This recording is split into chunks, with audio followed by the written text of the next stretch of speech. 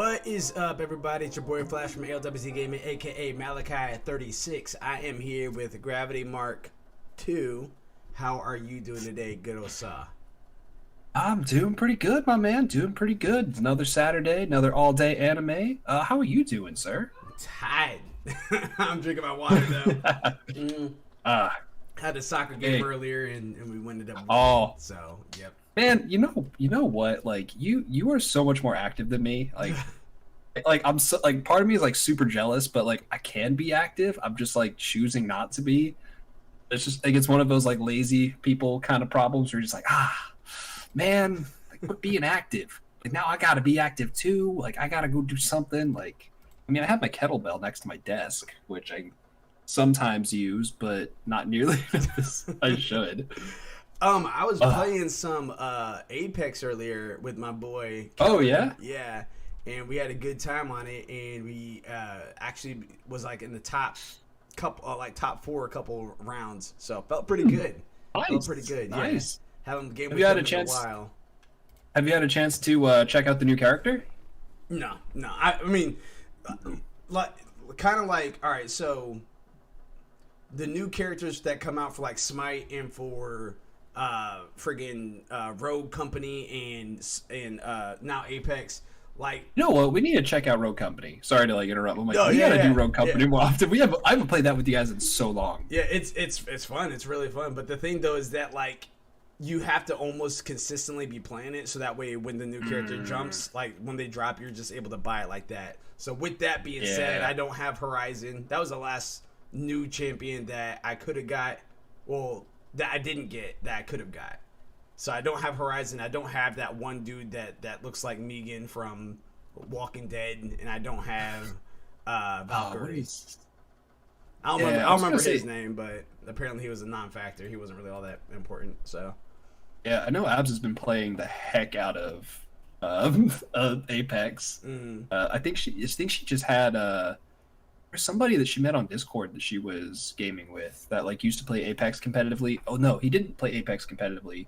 I think he's diamond rank though, and I think he used to play League of Legends competitively. heard that. So Yeah.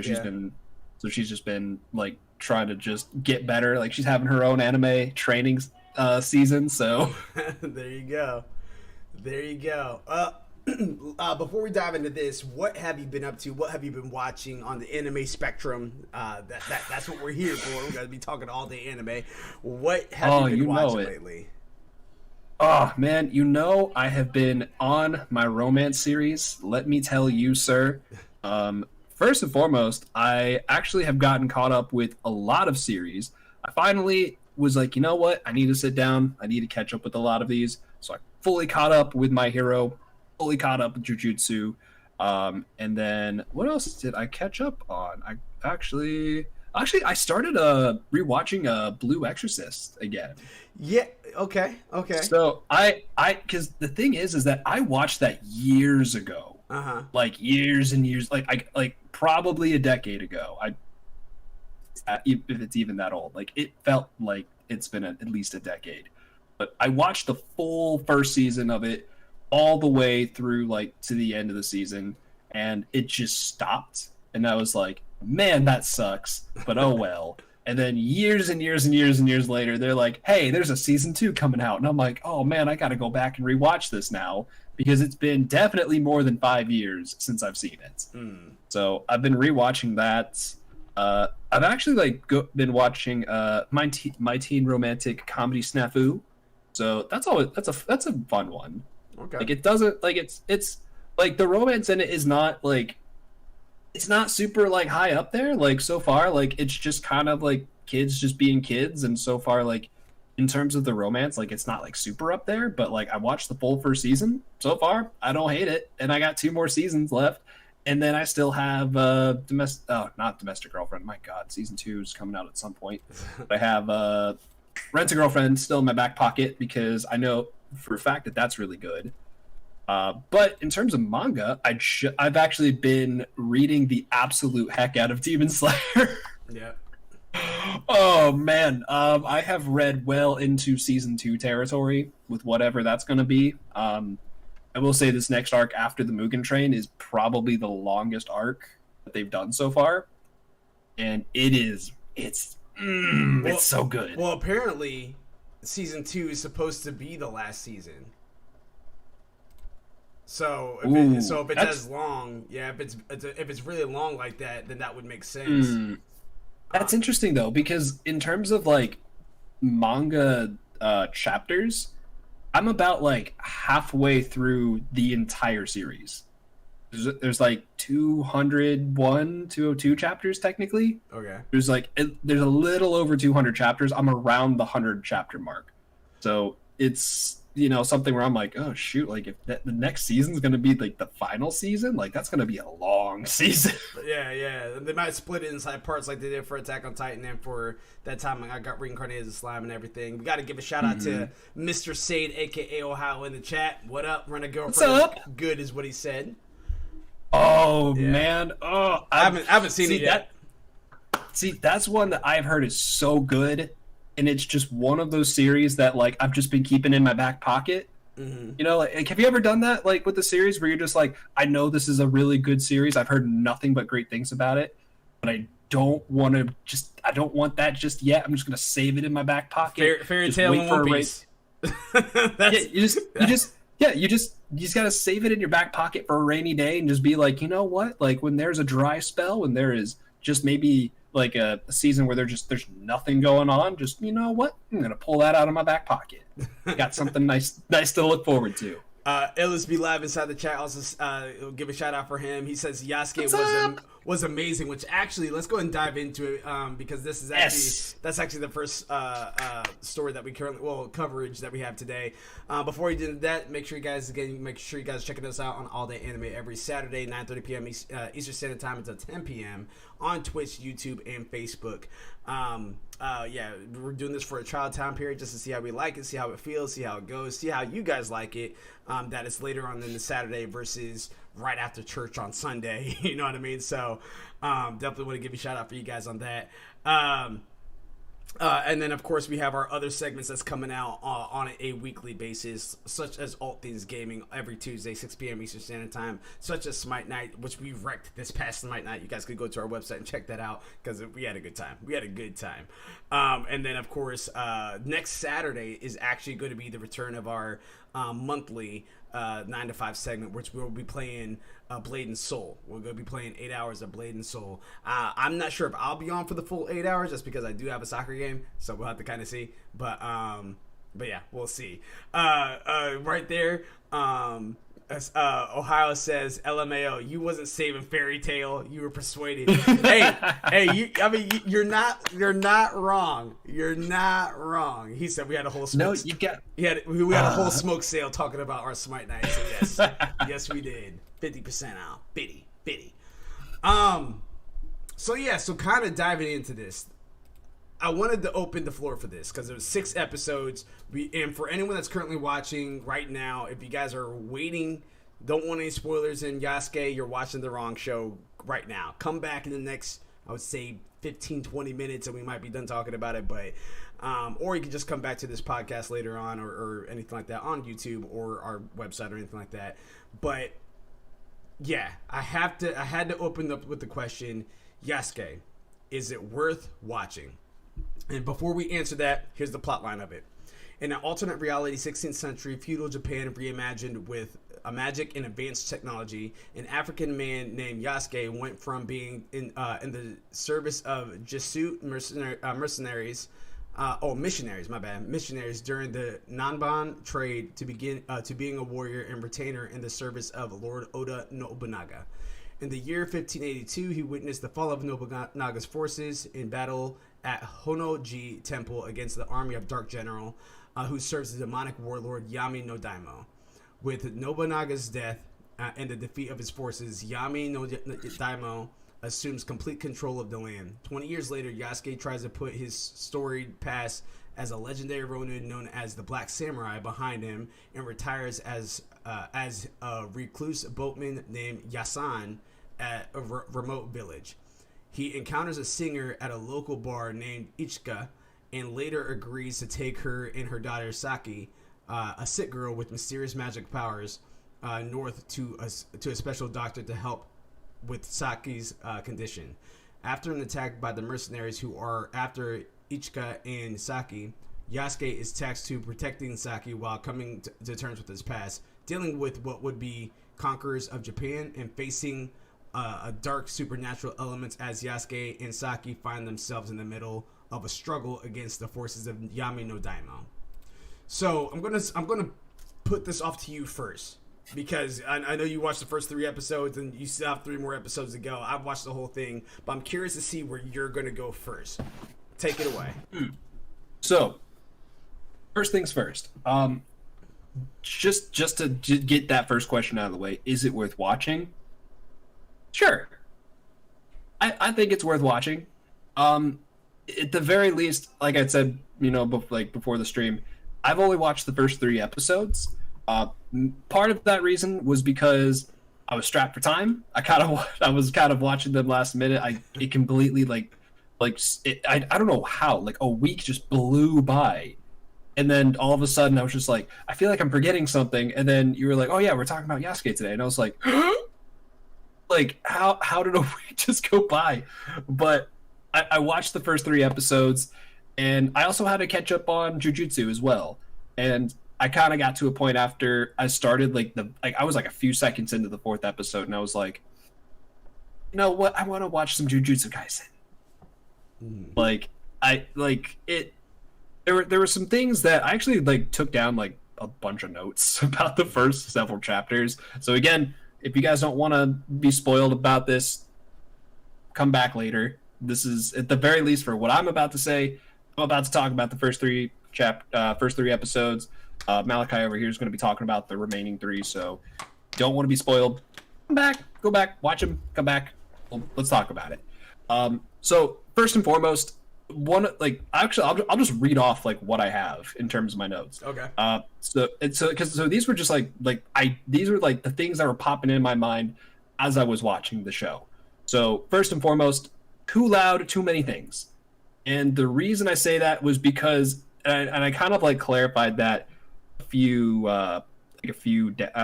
notes down, where I was just what is this? There's just too many different things going on. Mm-hmm.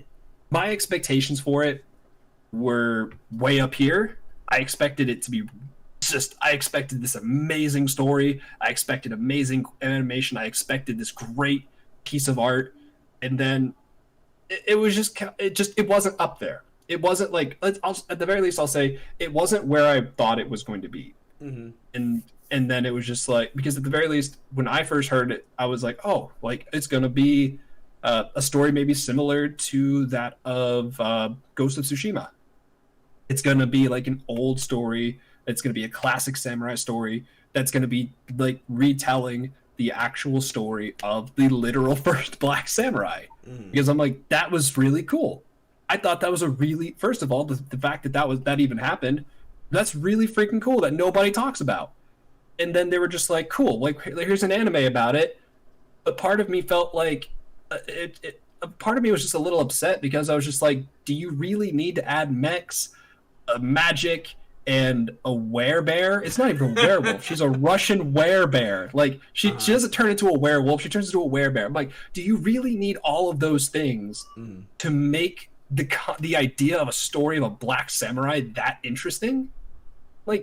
No, the fact that there is a Black Samurai that even existed in general, I'm that's really freaking cool. I would have been so down for an old samurai story about that. But I was a little disappointed that they were just oh, here's mechs, here's magic, here's mutants and all this other stuff. And I'm it's too much. It's way too much. It's too confusing. I don't even know what's going on. If they were just cool, it's just Yasuke and mechs. Sure, I can do that. Yasuke and magic, fine. Yasuke and werebears, okay, fine. Yasuke and mutants, sure. But it's just too much, and it felt like it didn't know what it wanted to do. It just felt like it didn't know what it wanted to do. First fight scene in episode 2 was when you see Yasuke kind of going up to that castle. After they challenged him, they kind of insulted him. Are you talking about because chapter 2? episode 2 technically started on the river when it was ice. It was the first one. correct. Yeah, it was a flashback. Okay. So it was during a flashback. Lord Nobunaga like sent some samurais up to this castle to be like, "Hey, get out." Okay, like, all right. That's you're our talking castle. about that. Okay, I know what you're talking about. Yeah. So like the people in the castle were like, "Meh, like Nobunaga doesn't respect the old ways. Like he has a black man and a woman as a samurai. Like that's not okay. Mm-hmm. Like we want to fight the black samurai." And Yasuke's like, "Okay, sure." And he like, first of all, I'll say this: the choreography for these fight scenes, really good. Like I'm impressed. Like I actually really enjoyed the choreography for it. It's just that at least like for me, like I'm so and like I had such high expectations for Studio Mappa after seeing Attack on Titan and after seeing Jujutsu Kaisen. So when I was like watching this, I was really excited to watch it. But the fight scene was just really choppy. It just felt like the fight scene, it just wasn't very smooth. And I don't need it to be buttery smooth. At the very least, it just felt like it was just like it was just like, okay, it's a little harsh on the eyes. And it just and again, this is just me nitpicking. Like if I had to nitpick, like this is me being super nitpicky. But like it was just a little too choppy. I also said flashbacks saved a predictable story. So to me, I thought the main story, at least like when I took these notes, was super just bare bones basic story. I was like they were like, "Oh, like we need you to, take us up the river." "No, I'm not gonna do it. It's too dangerous." "Oh, please, we need you." "No, I'm not gonna do it." "Okay, fine, I'll do it." And it's just like, but as like I did start to watch episode 3, the story definitely started to change, for the better, maybe. I took more notes about that a little bit afterwards. English dub. I was watching this in the English dub. I don't know about you. Yeah. They had it in the English dub as like the original language for it. I'm not gonna lie, not that good. It's okay, but like there are times where like as I'm listening to it, I'm just like there's certain lines that some of the voice actors read that just sound like they're reading a line, and it sounds like they're not actually like trying to embody that character. And it, at the very least, like for the most part, like it's passable. It's definitely like their performances are still good. It's just that I think at least for me, like when I'm trying to listen to anime, like sometimes I can get really nitpicky, especially with English dub voice actors. And like if I can tell that you don't sound like you're embodying it, like for example, Jujutsu Kaisen, phenomenal voice actors. Gojo, the voice actor for Gojo, he sounds like he embodies that character every single time. Honestly, most of the characters, the voice actors for that show, they sound like they're embodying that character. They are that character when they read that line. Some of these voice actors, it just kind of felt like they were reading lines, and I was like, oh, like, it's kind of a disappointment. Like I wanted to be immersed. I wanted to be taken away to this story of Yasuke, and sometimes it took me out of it. Real fast before we keep going, because there's actually a lot of chat that's in here. Yeah. Ohio says church. Reverend Grave in the house. And then Elizabeth Live says people don't want to watch anything but black people like that. I can't remember what line that was that we were talking about at that point. And then Tiggy Bub T-Sex, I probably butchered that, says, "Hey, came in from Ab Stream. What's going on?" What's and he also gave us he gave us a follow, so appreciate that. Thank you very much again for tuning in with us. Right now we're just talking about Yasuke. Is it worth watching? Scrolling down a little bit further down, Elizabeth Live says sounds very nitpicky. I am. Full disclosure. Yeah. Full disclosure. I am being very nitpicky with this. It's not that I don't like Yasuke, because I actually like did enjoy like some of what I was watching, but it was like these are like purely just random like ADD thoughts that I was just like this is a thought that I had when I was watching this.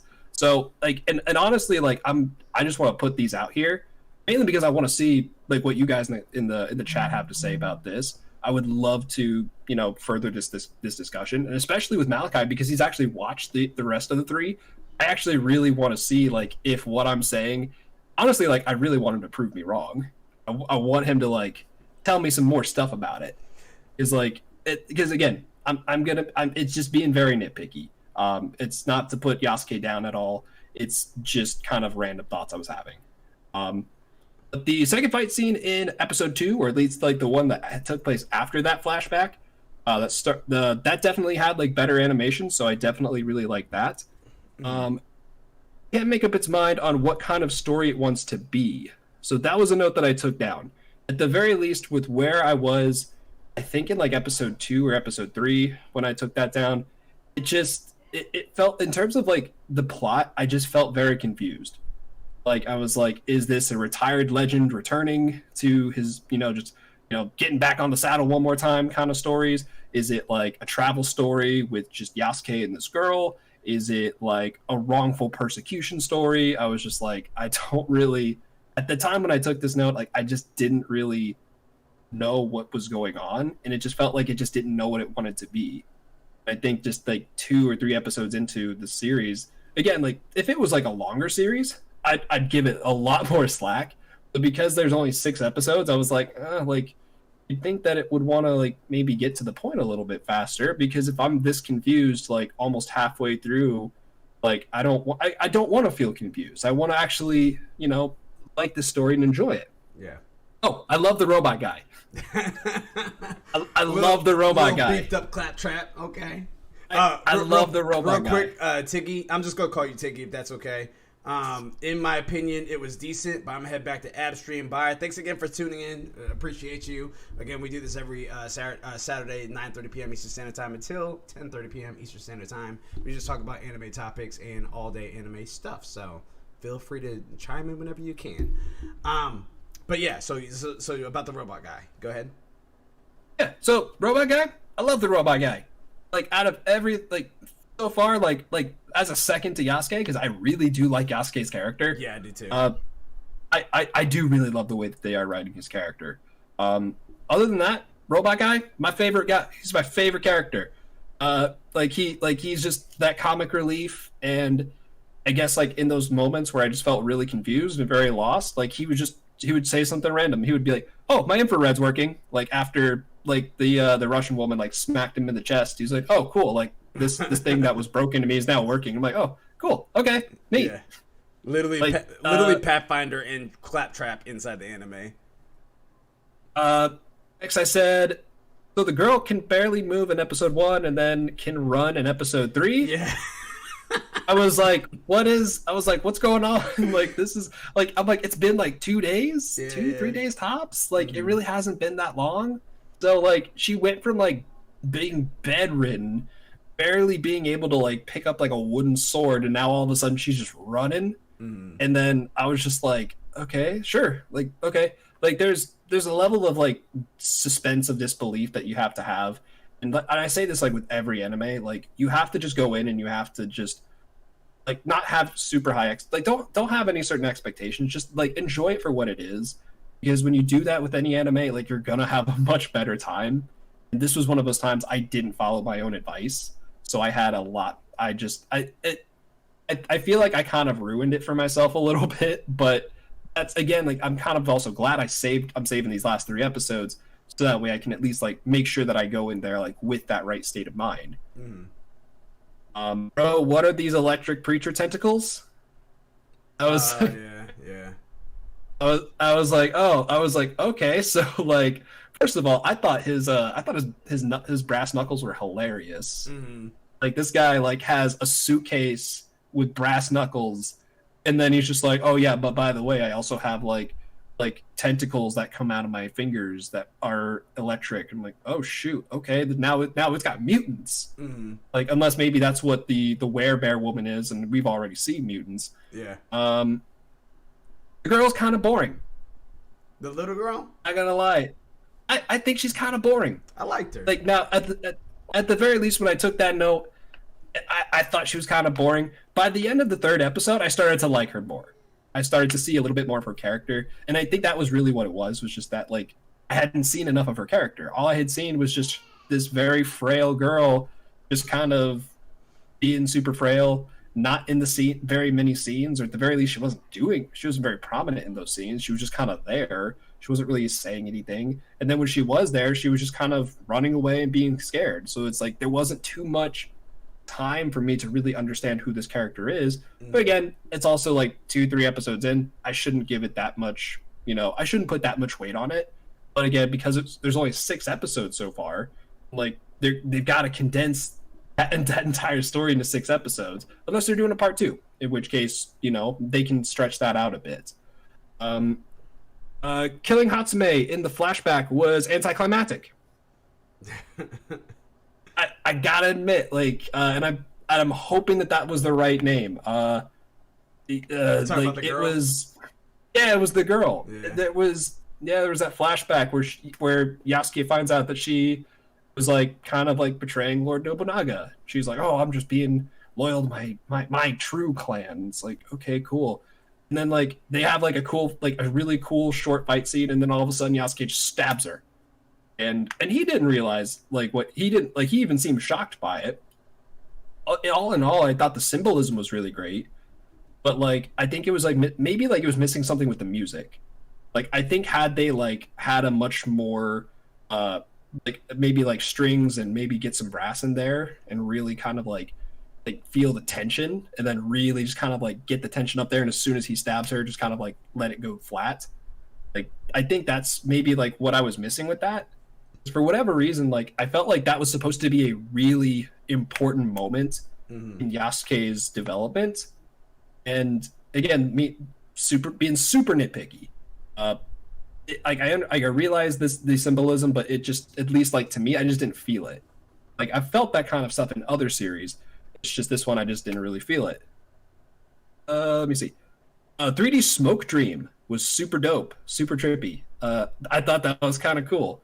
I think this was after he was getting I don't remember when this was. It was do you remember this? He was I think it was when he had gotten, it was I think after he was knocked out, he was unconscious.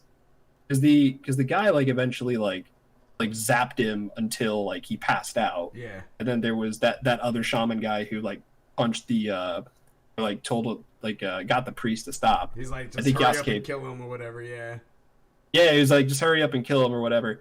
And there was this really cool scene where they used CG in this rotating scene. It looked really good. I thought the smoke was really cool. There was flowers and trees blooming everywhere, and I was like, this is super trippy. This is super cool.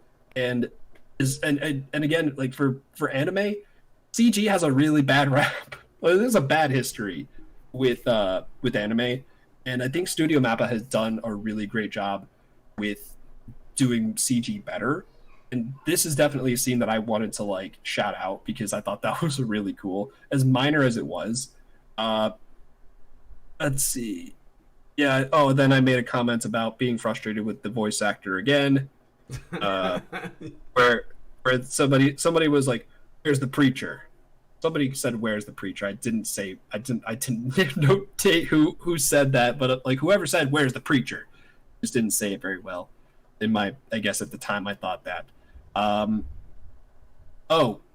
then I said, "Is the girl God or something?" I'm just dang, she first she's this frail little thing in episode 1. By episode 3, she can run. Episode 1, she's blowing up, she accidentally blew up that stick, and now all of a sudden she's manipulating vines and levitating people. I'm like, geez, where did this come from? Yeah.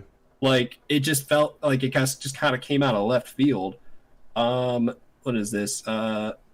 She went from not knowing how to use her powers and to being a god in 2 days. Then I said, did the antagonist just die in episode 3? That was I made that note. It didn't. Yeah. I saw. Yeah, so I saw that there was actually a bigger antagonist after that. Yeah. And I was like, oh, okay. Honestly, I was like, oh, whew. But I was like, oh man, thank God. I was like, man, is that story done? I was like, thankfully that was the case. Almost done here. I think you're hurting LSB Live's feelings. I don't know if you see the chat, but he's like, what? Please no. I'm not trying to hurt anyone's feelings. Yeah, this is Gravity, you're killing me. He says you've seen the antagonist in the first episode. Oh shoot, I didn't. You know what? I wasn't paying attention. You know what? I gotta do it again. I gotta go back and watch those episodes again. Then the last one was, is this the last Airbender? Yeah, I got those vibes too. I was like, is this the last Airbender? I'm getting a lot of like last Airbender vibes. Yeah. There was a lot. I think it was even like one of the when they were showing like the true antagonist. She was like, when they were like giving orders to that other person to be like, oh, like go get that girl. Mm-hmm. Like it was, for whatever reason, I was getting like Airbender vibes from like the whole thing. Again, like I said, again, full disclaimer, these are just random ADD thoughts. Also, I was not in the best mood when I watched this, so I apologize for all of the negative notes on here. I actually tried to make sure that I did add more positive notes, but all in all, I have to say, is it worth watching? Yes, I do think it is worth watching. Do I think it's like a phenomenal anime? So far from what I've seen, no. Like I wish it was better, and maybe like with these next 3 episodes, I might be eating my own words, and I'm hoping I'm gonna eat my own words. But like it's something that just like I think I was just expecting it to be over here, and it was doing something different over here, and I just didn't allow myself to just enjoy it for what it was. And so, especially now that like he was pointing out that out in episode 1, now that's making me really question all the stuff I missed. So yeah, I'm gonna have to go back and rewatch it. Now I do think so. Okay, so here's the thing. So I'm gonna come in on this because do it. I was in good moods when I was watching. I was psyched and stoked to watch it. I got done watching it and I wasn't satisfied with what I watched. It was a good watch through on the first time, as at one time, but if I were to recommend people, like if I were to recommend animes to people, that definitely would not be on my list. So like a lot of the things that you said, I feel like there are a few things that you're being a little too nitpicky about. That's my opinion. Oh yeah, for sure. But for sure. Honestly, 90% of what you said, I'm sorry, Illest Be Live, I would agree with. No. Yeah, I mean, this is someone that I wanted as well, this anime to be great. And like, all right, so the first episode, very opening scene, very epic. That huge fight that was going on. You saw all these different attributes. You saw all these different types of races and all this stuff happening. I was like, and then you saw mech warriors. I was like, wait, what? Then you saw the dude that was doing like the last embedder stuff with the arrows. I was like, what in the world is happening? I love that. I liked it too. Cool. I liked it too. So it made me interested to see what was going to happen. But there is absolutely no explanation through all 6 episodes of what happens. Like, there's no explanation on how she got those powers. There's no explanation of the bear girl. There's no explanation as why this robot is X, Y, and Z. There's not even an explanation as far as the other African that's in Japan that is doing shaman wizardry and stuff like that. Like, and I'm not saying every little thing. I love his powers. Yeah, I'm not saying that every little thing has to be explained, but I mean, but because of how many elements are in there, that's like me taking a Naruto reference. That's like me having Sharingan and Bakugan or whatever Neji has. Yakugan. Yeah, you know what I mean? Like it's like having having that as well as Lee's I get it. It's a group of people of mercs, but again, it's just like in what they're doing is like they're putting all these people in this area, and there's absolutely no explanation of, all right, how is she able to turn into like this? Like there's out of all the animes that would need a backstory, this is one that I think should have. I think the thing that worked against it was only 6 episodes. I really think that if this was longer, they were able to stretch it out. Then maybe they can tell more of those stories and not even have to dive into every single story. But I'm just saying maybe they can actually like explain what's going on here, because the first episode you just see all this stuff happening already. You're introduced to this. Then the next episode you see those mercs and you see a random bear girl and stuff like that. And it's just like, okay, where's going on here? And then literally like it's just so many different things happening at one time. It's literally mixing. Yes, I see the mix and I was questioning it. Yes, I was, because again, this is about Yasuke, a black samurai. So I'm expecting blade and seal. I'm not expecting futuristic stuff to be happening in there. Not this futuristic stuff happening there. Okay, cool. What's going on there? What type of world is this? And they did like they did like mildly reference like where the mechs came from, but they reference that they came from like Mongolia, like like when the Mongols came to invade. They're like, yeah, cool. Like the Mongols came and invaded, we kicked their butt, and then we took that technology for our own. I was like, okay, neat. And again, I totally agree with you. Like this is like I'm normally one of those people who's just like, you know what, if you can tell a really great story in 12 episodes, I would much rather you keep it 12 episodes than like expanding it forever. But this is one of those series that I would actually prefer that they actually give it a couple seasons. Yeah, and because there's so much there that I want to see more. That's kind of where I'm getting at. Is that like I feel like the 6 episodes was definitely not enough at all to portray what could have been happening. I felt like there was a lot of potential here that they just did not tap into at all, like at all. It literally and now answering one of your questions that you had as far as the flashback, the anticlimactic death and everything like that. I don't feel like that was necessarily anticlimactic, but I do. In part of that, I felt like it was predictable, and I say that because of where we're at right now. He's at a point to where he's rough, he's drinking, he's, you know what I mean, like X, Y, and Z. Like, so with that being said, he's seen some stuff. So anytime you see those flashbacks, and you even saw hints of she was having feelings for him, which I would have liked them to expand more on that. Like more of that, and you did see some good relationships there, which was great. And then when she died, I was just like, okay, this is when this happened. I kind of figured that she was going to die. But to talk about people dying, like, what happened to Sakai's mom? Like, they hinted that she died, and her arm was blown off and everything like that. But then later on, Yasuke's just like, I don't know, she might still be alive. And then that's it. There's absolutely no mention of her for the rest. Literally, there's no mention. Seriously? Yeah. No. Yeah, like, I mean, because he says that she's dead, but then Sakai had asked again. She's just like, "Are you sure that my mom's dead or whatever?" And he's like, "I don't know." And it's just like, that was it. LSB Lab says probably didn't have the funding. I kind of hope that that's what it is, but even that, like, I feel like Netflix money.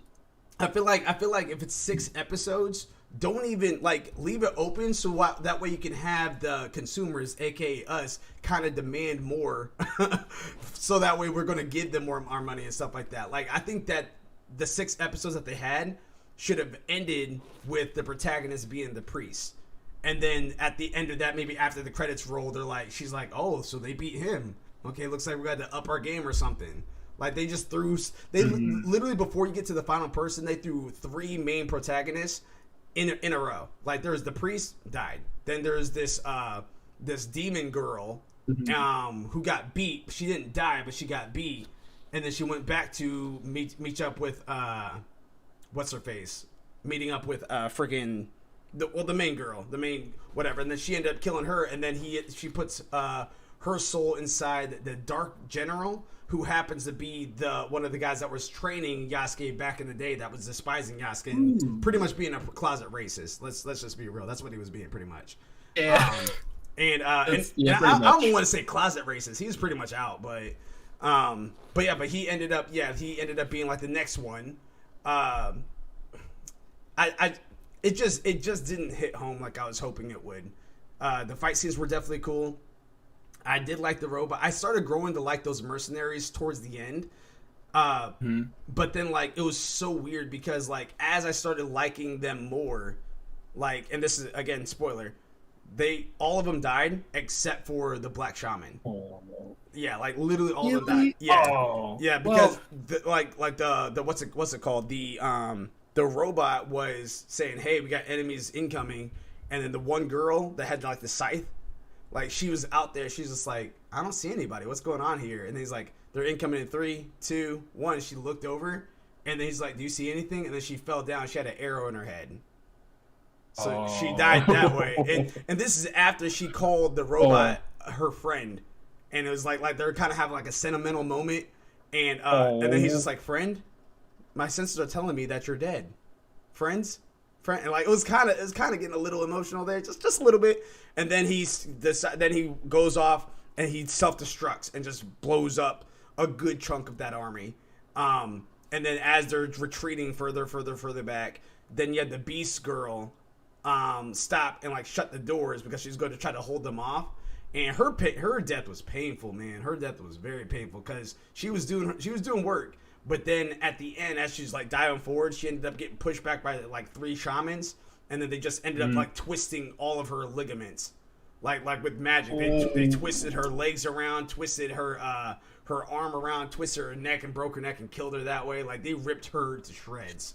You know? Oh, so they remmed her. Yeah, it was pretty. Exactly. That's exactly. They remmed her. Yeah, and in case anyone doesn't know that reference, that's Rem from ReZero, which, I mean, you can say people died in that one, but you don't know who's truly dead because you keep going back in time. I mean, everyone dies at least once. Illis Be Live says he I guess me having knowledge involved in that era makes anime so much better. All right, so if you're talking about the actual like Yasuke, if you're talking about the actual Yasuke series of that, like even with that, and this is actually a cool take.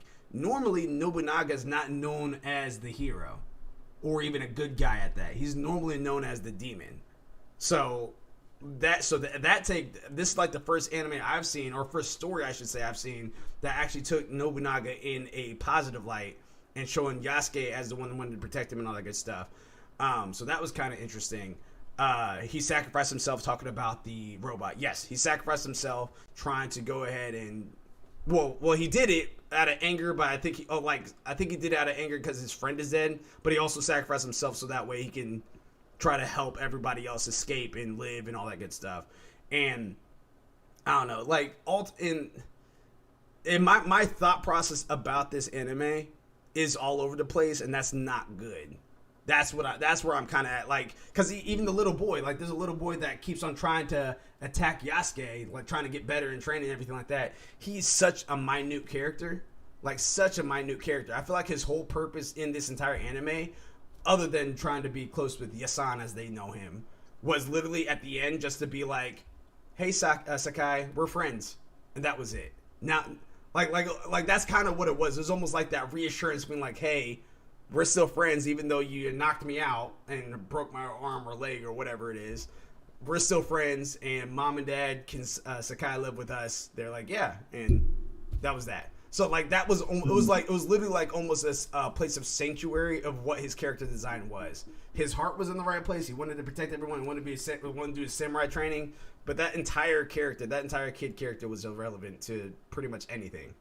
Yeah, and that's also like a really good point. Is that like there were just certain characters in it that just kind of felt like they were just they at least like I guess like they just got more screen time than they really should have.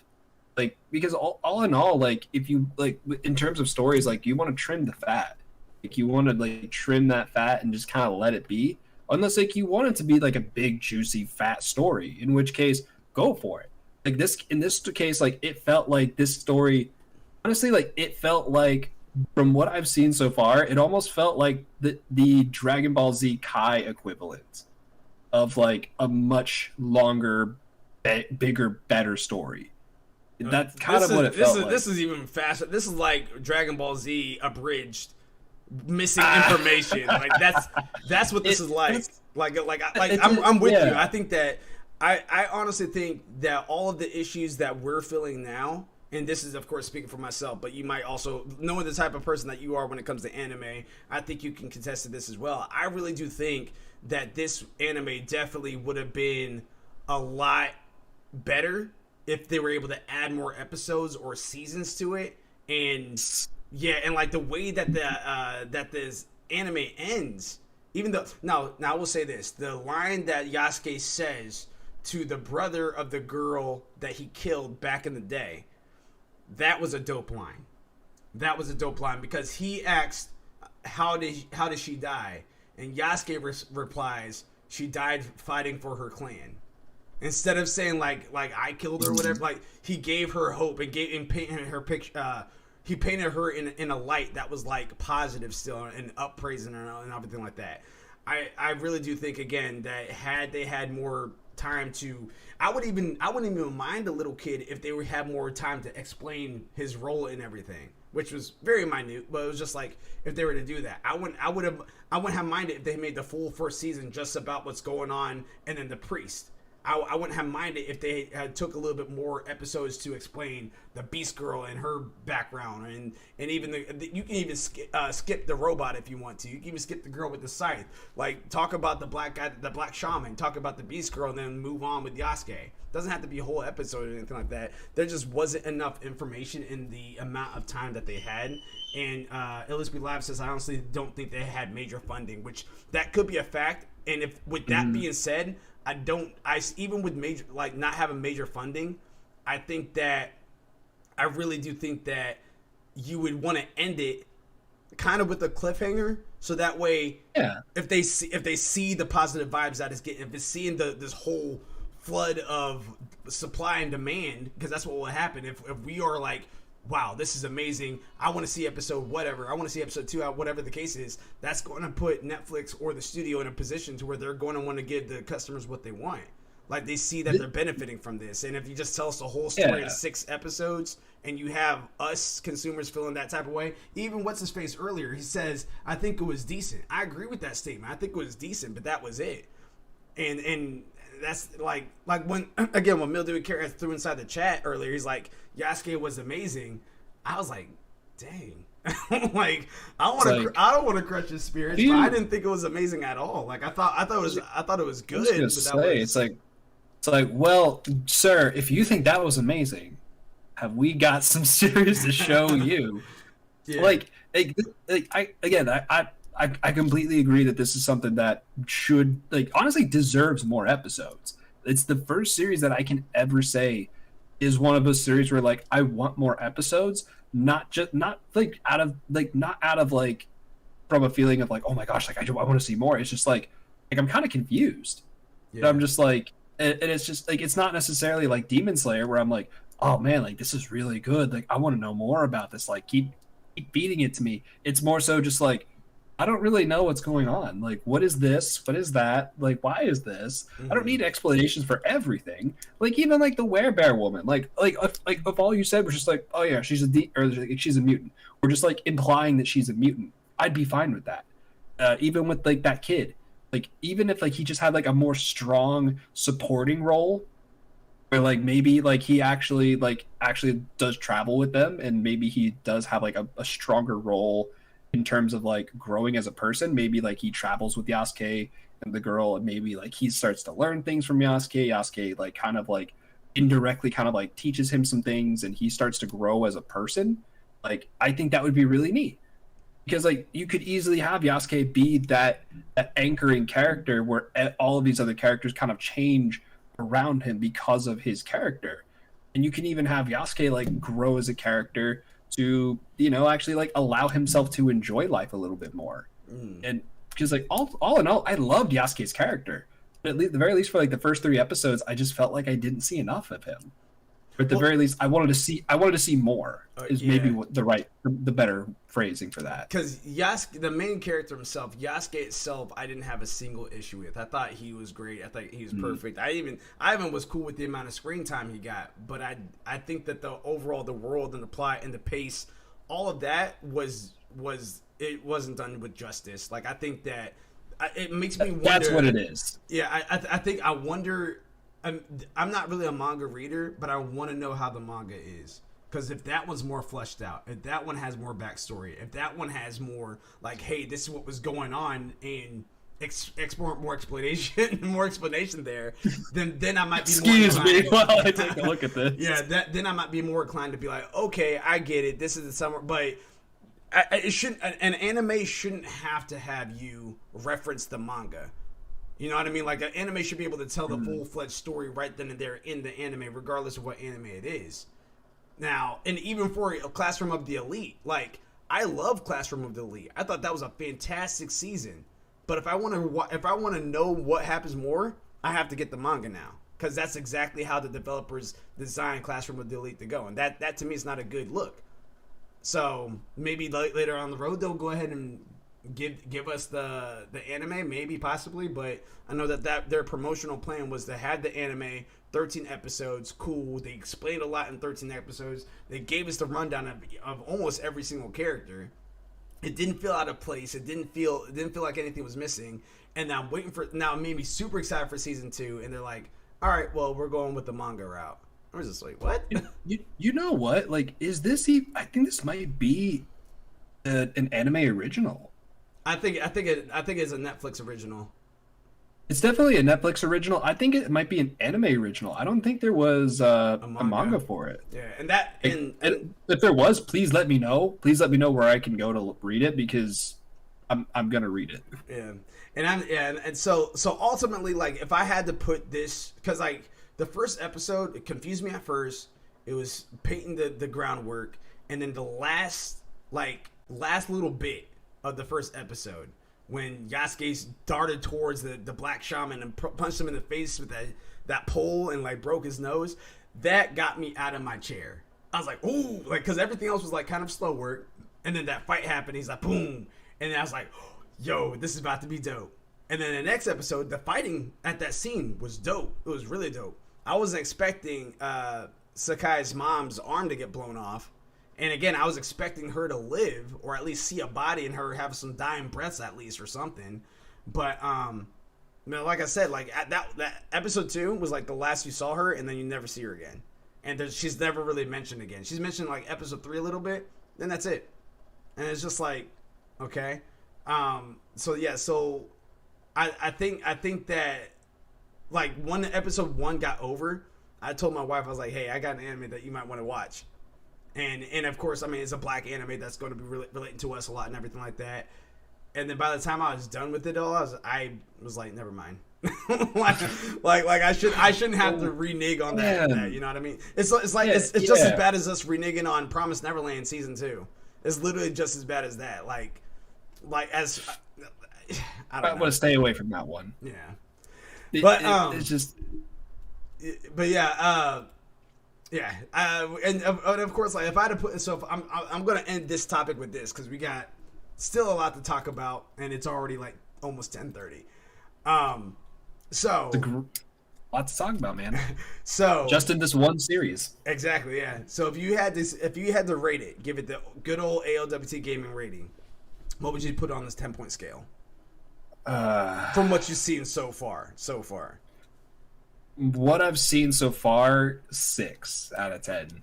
And I hurt saying that. Please know, like, it hurts me saying that, because I want to see more from this.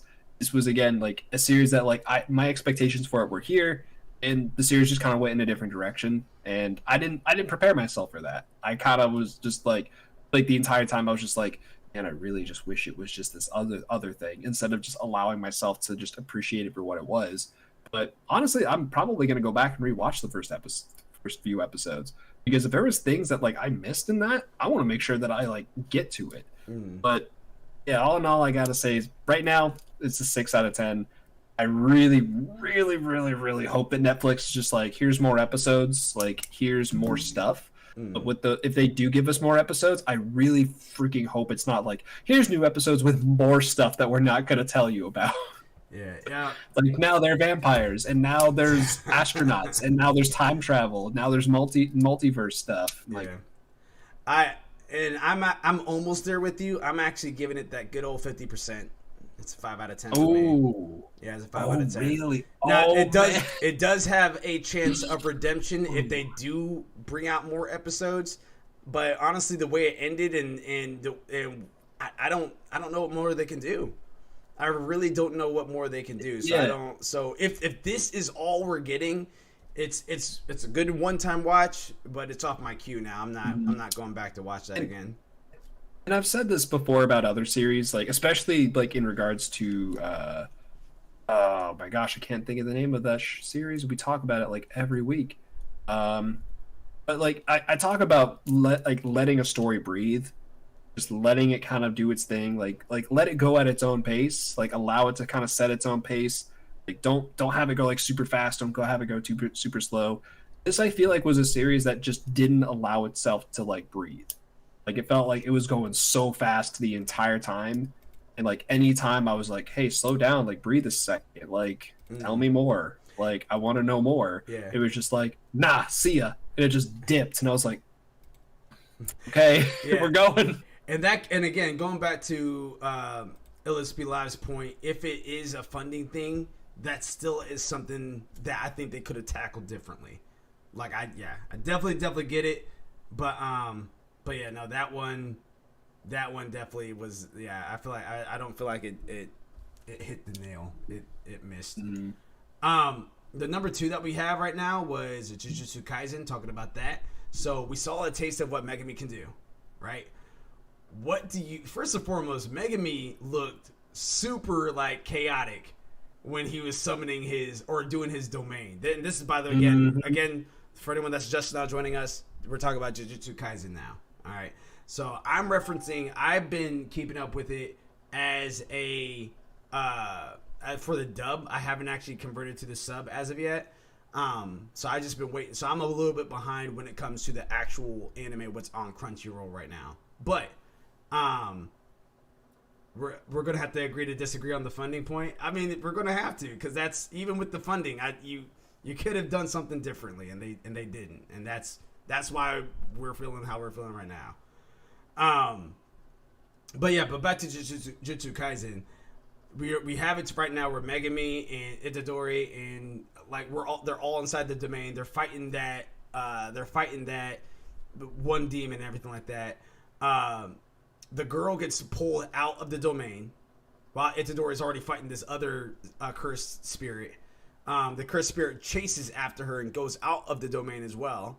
And then, of course, Megami is just like, go after her. She might be in trouble. Like, go help her. So now Megami is in this domain by himself. And the demon that appears before him happened to be a similar type demon that he ran into before, when pretty much everybody practically almost died. And now this one's even stronger. And boy, I tell you, when Megami is just like, you know what the hell? And he just goes into his domain, and he gave out that laugh that was like so Joker. Like so much like Joker from Batman.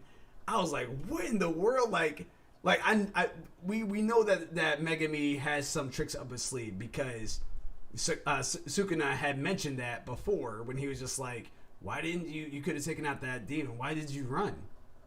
And he's like, all right, well, it is what it is. So now we're seeing that, and we saw his domain, but his domain wasn't even complete. So I'm just like, my goodness, dude, like, what in the world? Like, what is this means for Megami? What did he call it? It was like Cerberus's Cerberus. It was like Cerberus. It was something. It was Cerberus is something, and I was like, dude, that is a sweet name. It was a dope name.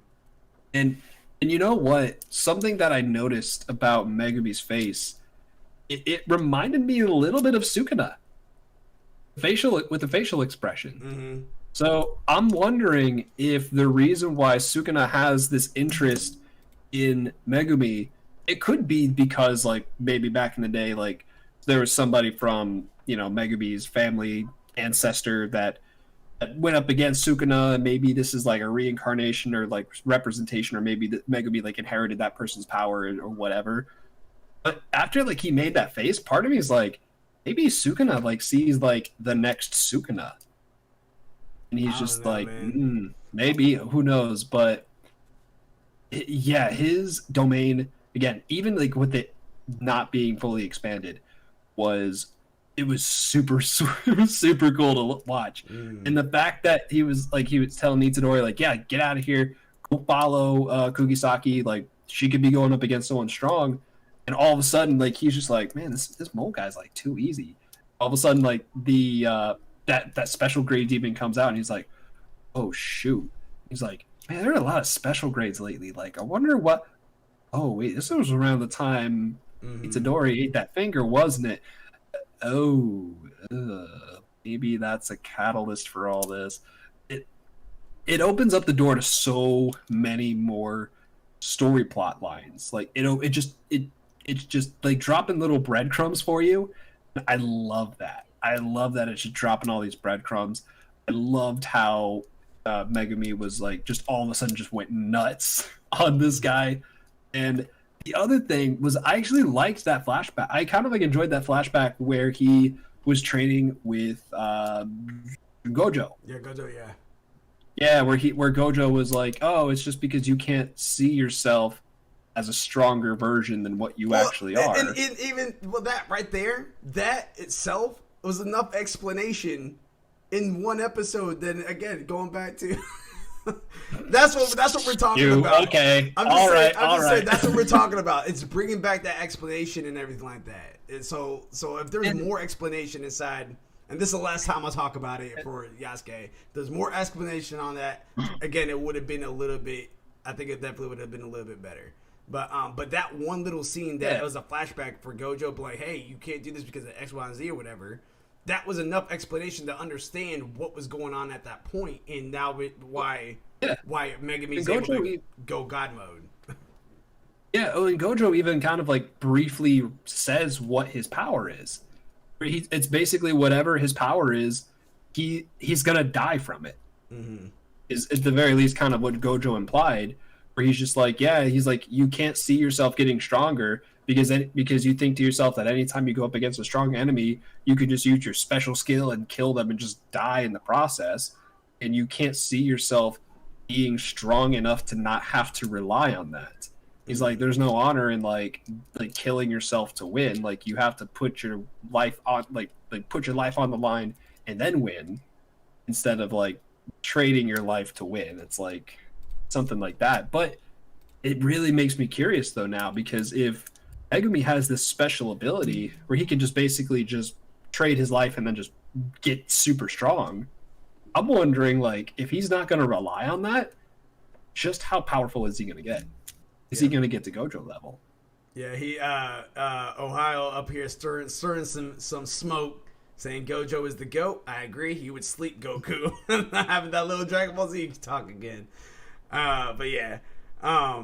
Gojo is legitimate, and that kind of brings me to my last little question on here. Do you think the cursed spirits are going to succeed in killing Gojo? Do you think that that's going to happen at any point in this anime? Because that's kind of what their whole entire purpose of the anime from the very beginning until now is. They're trying to find a way to kill Gojo. Do you think they're going to actually succeed and carry on the plot, or do you think the plot's going to have somewhere where maybe Gojo's like maybe struggling a little bit, but he still comes out victorious? What do you think is going to happen there with Gojo?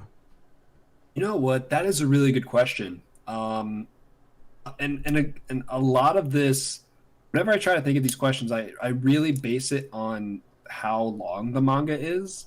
I know that's like really weird to say, but like sometimes I'm like, if the manga is short, I'm like, there's no way that a character like Gojo, they would kill him off. Like, there's just no way. Mm-hmm. Sometimes I do it, but I'm just like, dude, he's too likable, like to kill him off. But then again, that would also be a reason to kill him off. But I don't think so. I don't think we're gonna see Gojo die off. If we do, I feel like it might be closer towards the end, because a lot of this is, the whole story is really just Gojo building up this army to back him up to overthrow the current people who are in charge of the Jujutsu sorcerers, so that way he can completely restructure everything and allow people who aren't necessarily born into these certain like families who might actually be good to be able to rise to the top. Where like Gojo is there, Gojo can beat the crap out of anybody there. Like, he is stated to be the strongest Jujutsu sorcerer, and he's not at the top. Like, they're having him run errands. They're having him go do all sorts of stuff, and you already know, like, they hate his guts. That even makes me wonder, though, even more, if the Jujutsu sorcerers at the top are working with the cursed spirits. Ooh, that's good. You know what I mean? To kill him.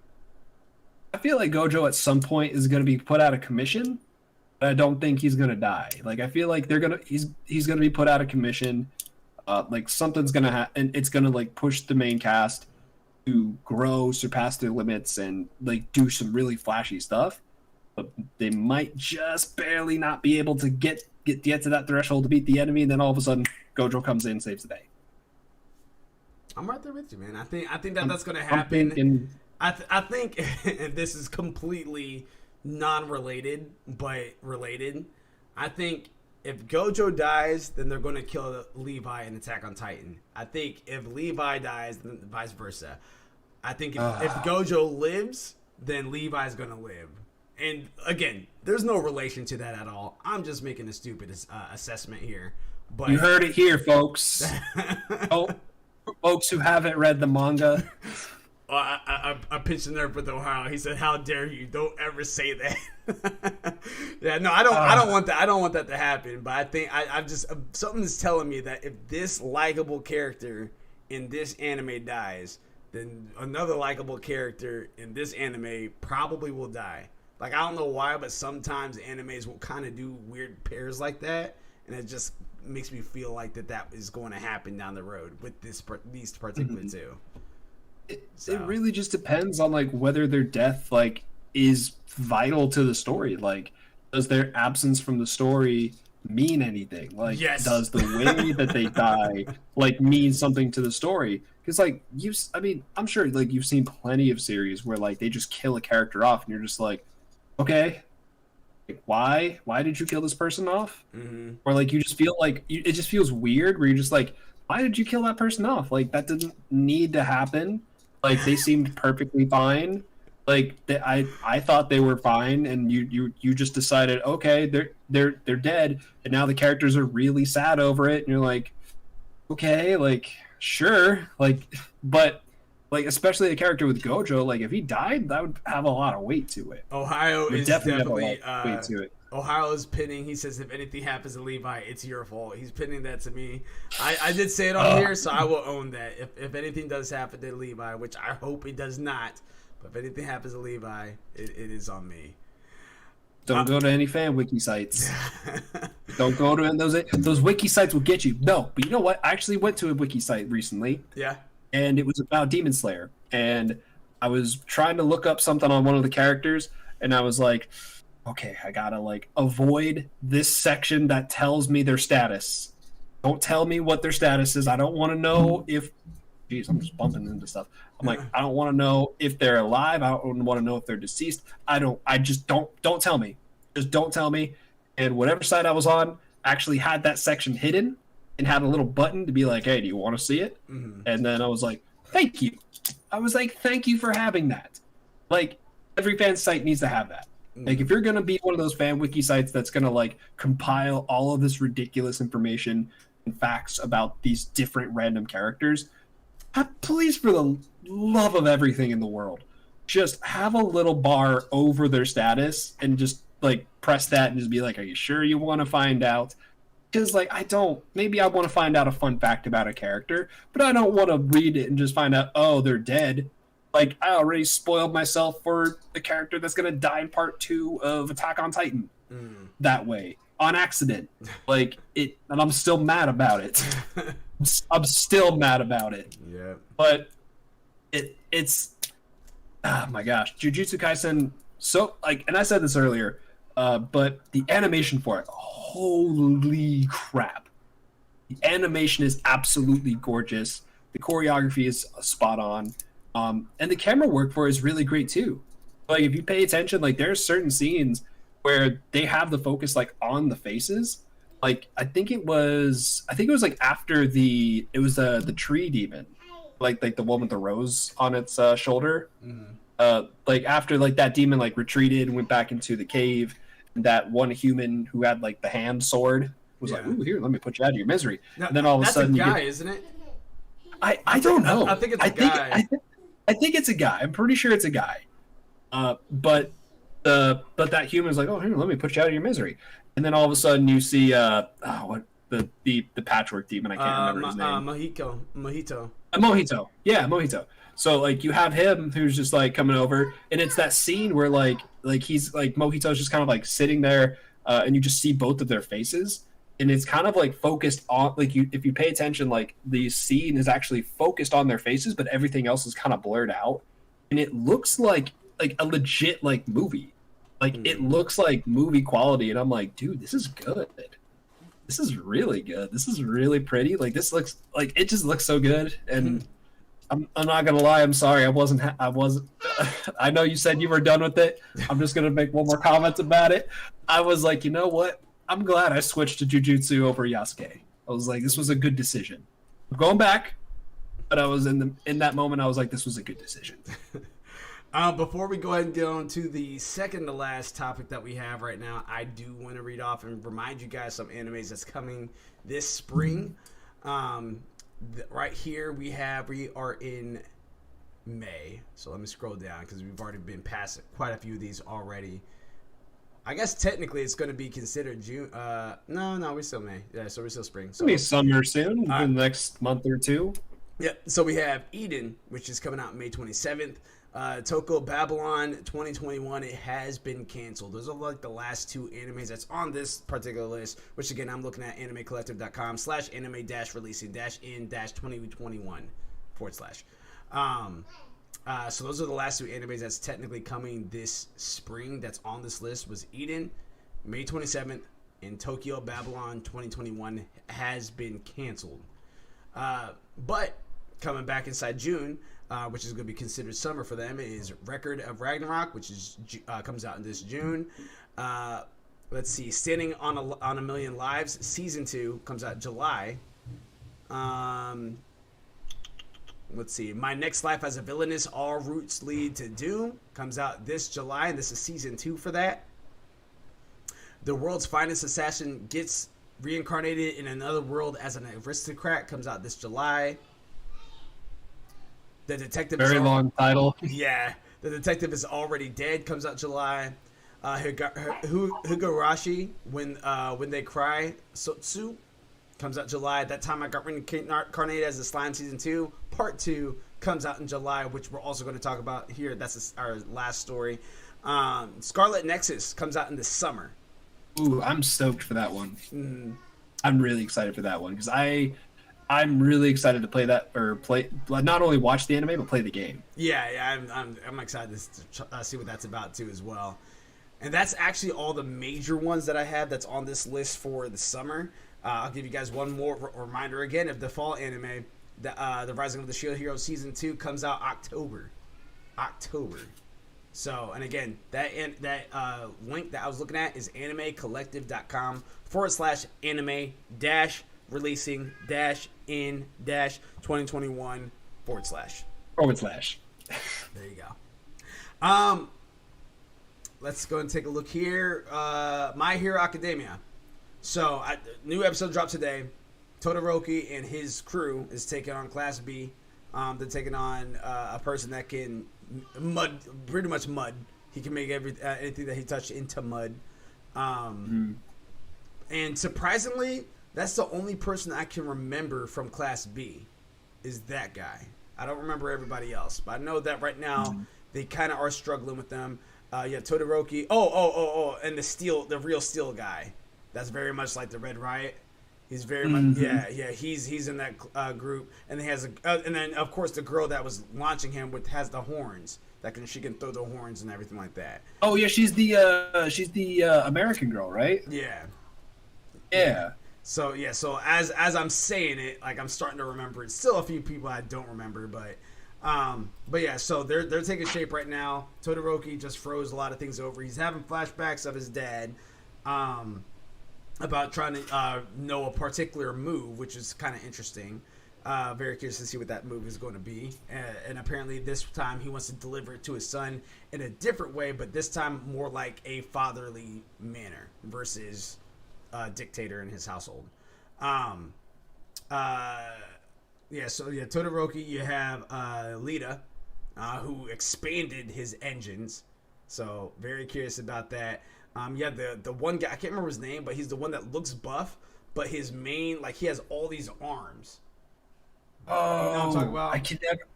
I can never remember the names. There's so many people just in Class 1A that I'm like, I remember like half of them. Like some of, like a lot of the very prominent ones I remember, but like the multi-arm guy, I don't remember. The tape elbow guy, I don't remember.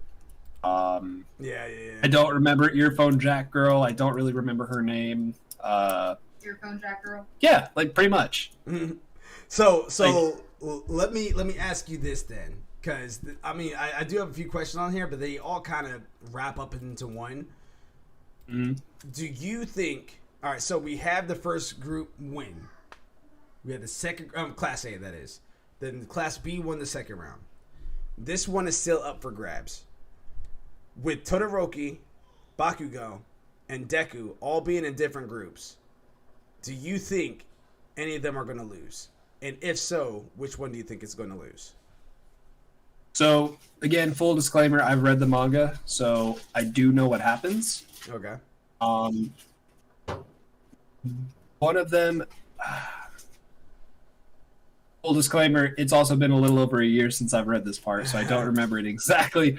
I do remember that one of them does win.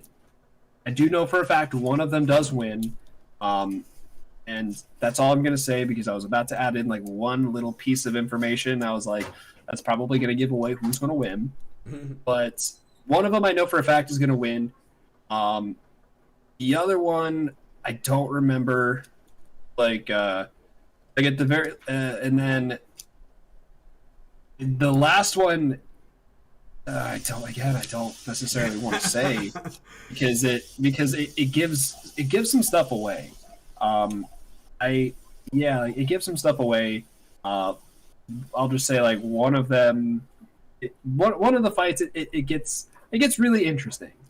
So this is what I'll say then, because I know you have to talk in code, so that way it's not like blowing any covers here or anything like that.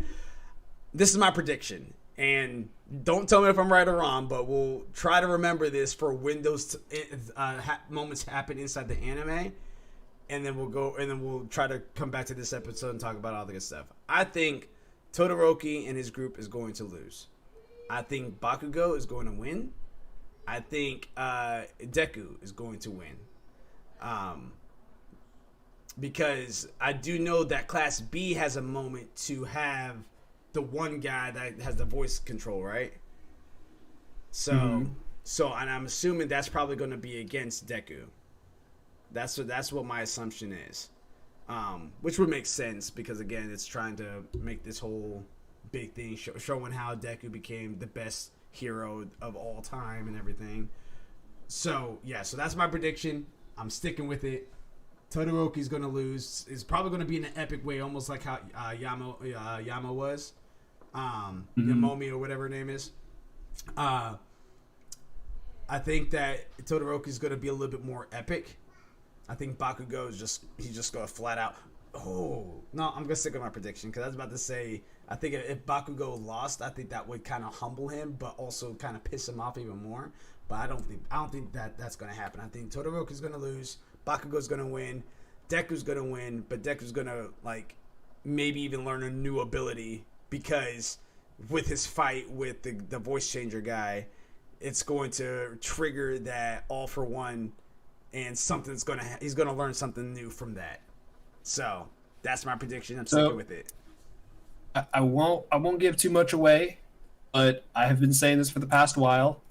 Make sure you pay attention to Deku's bout, because I will say, in terms of the stuff with Deku moving forward, they're gonna be expanding a lot more with the origins of One for All.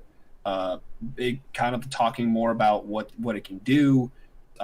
Especially like you get to see eventually you're going to see all of the previous wielders. We've already seen some of them here and there.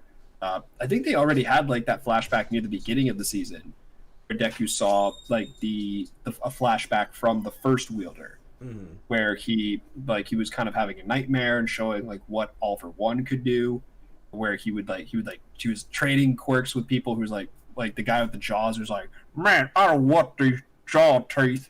And then another guy was just like, man, I don't want to be no quirk man. And so we just like traded it, and now no quirk man's like, yeah, cool, now I got jaws. I can bite stuff.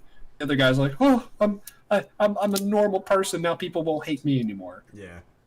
Like it really starts to dig into the origins of All for One and One for All. And I will say, pay attention. It's going to be very, very interesting, to say the least. I will say this too. I think it was like last week or the week before, I made a comment about how you could kind of skip over this and be fine with it. in all honesty, kind of. But there was something where like I started to like rewatch it. Like I started to catch up with this season last week, and I actually it was actually like we actually had our TV on for whatever reason, like our cable. Like we rarely ever watch it. I know Abs uses it a lot more than I do, but for whatever reason, it was just on, and it was a Saturday night, and Toonami was on, and anybody who grew up like late '90s, early 2000s, you know Saturday night is Toonami night, and it was just like anytime like I tune into Toonami as an adult, I'm like, this feels good. Like when you hear only Toonami, like yeah, only Toonami, I like that. But it was something where like it had it was advertising the new season of My Hero, and it was really hyping up this Class A versus Class B, like Class A versus Class B bout, and I was like, man, they're making this like really exciting, like really exciting. Like they're making it sound like super cool. And if you haven't seen it, like if you have like a couple seconds, like go find it, go watch it. It's kind of like I was like, yeah, like yeah, Class 1A versus 1B. Like who's gonna win? I'm like, who is gonna win? I know who's gonna win, but who's gonna win? And it was just really cool. And I'm just like, and after starting to watch the season, I'm like, you know what? I'm kind of okay with the fact that they're slowing down a little bit. Like, it's kind of nice to kind of like, especially after it's been so long since I've seen the series, like, I haven't seen it in about a year. It's been about a year since I saw the end of the last season. And so I'm like, you know what? Yeah, like, it's been a while since I've seen this particular season. It's been way longer since I've read this part in the manga. So, like, this is a nice little, like, refresher. Like, it's a nice little catch-up kind of, like, storyline. It's a nice little way to be like, oh, cool, you know what? Like, all of you Class B people are pretty much going to be irrelevant in terms of the story. You're really not going to make too many appearances. It's really Class A. But it's kind of nice. You get to see all of these characters who are, like you said, like with Bakugo, with your prediction, where like some of them are being humbled, like some of them are getting their butts whooped. They were going in there being super confident. They thought they were going to have this in the bag, and just they were too confident. They were knocked on their butt, and it's kind of nice to see the main cast kind of get knocked on their butt sometimes. Because like if the Class A just like swept Class B, I'd be like, that was super boring. Like, of course the main cast like sweeps Class B, but the fact that like, yeah, and especially like Yaoyorozu's bout, that was probably one of my favorites, because even though she lost with style. She was like, you know what, like, she's like, you know what, if you're gonna like knock me out, I'm gonna just make this cannon, and I'm just gonna like tie myself to you, so that way you're gonna have to drag me and this cannon around. Yeah. Like, if you're like, it was such a petty move that I was like, yeah, do it, be the most petty person you can possibly be. Just be like, you know what, while you're at it, I'll just make your shoes into like concrete. I'll make them out of lead. Like, I'll just make really big gloves or I'll just make like really tiny gloves for your hands that you can't take off, so you can't grow your hands. Like, I thought that was funny.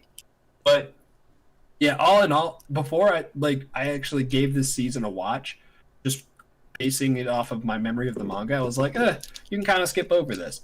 But actually, like, now getting back and like watching the anime, I'm like, this is actually kind of fun. This is actually a nice little like refresher for all of the characters, and that's really how they're treating it too. Is they're treating it like a refresher, where they're going over literally every single character and going, so and so, their quirk is this. That I don't like. I don't like it all the time, but like sometimes I'm like, okay, cool. You know what? At the very least, like if they just did like a freeze frame and then just so quirk this, yeah. I'd be like, cool. I like that. They do it. I mean, we're at 5 seasons in. They do it every single season, and on top of that, they'll like when a new episode happens and they show a character, they just show their name and then their ability again. And it's just like, if you're watching at this point, like, I mean, there's so many characters, so you're not always good. They show us the name every episode, and I still don't know all their names. So it's just like, that's probably never going to ever stick. But if you're watching the show, you at least know their abilities. You at least know what they can do. So it's Bare- just like, bare minimum, that. Yeah, like and on we got Ricky Bobby in the chat saying if you ain't first, you last. But then Ohio also says like tape elbow dude, his quirk is obvious. Yeah, exactly. And it's just like, I mean, that's the thing. What is his name? I don't know his name. We all just call him tape elbow dude. Yeah, I don't know, but does it really matter? Because, and I say that because, like, yeah, he's part of the main character class, but we know the main characters are really just Bakugo, Deku, and Todoroki, as well as Yurahara or Uraha, or I can't pronounce her name, but it's just Yurozu? The girl, the gravity girl. Uraraka. Uradaka. Okay, I know how to how to spell it. I just didn't know how to say it. But there's a lot of R's in there. Yeah, but it's just like those are really the main ones, and then you can even put Momo in there if you really want to. I mean, Froppy's probably up there too. Yeah, and especially Kirishima, Red Riot. Yeah, but it's just like you do, even in the class A, you still have your core main people. Those are and so I mean, now those other characters, they're good because you can still have episodes about those characters, and that way you can still plug into the whole core class. So that's cool. You could do that, but just like, when people talk about their favorite class A students, it's probably going to be one of the first four that I just mentioned, more than likely. You know what I mean? So I don't even know if Lita would even be up there technically, and I like Lita because I like Flash. You know what I mean? So I don't know. I think that that particular portion where they keep on giving you the refreshers about their abilities and stuff like that, if they stuck it to just once a season, I guess I could get on board with that. But they do it once a season, and then every episode they send you, hey, here's a reminder that's the person's name. Here's this. Mm-hmm. That's just a personal thing. Ultimately, it's not hurting anybody. It really isn't. But it's just, yeah. That's just my take on that.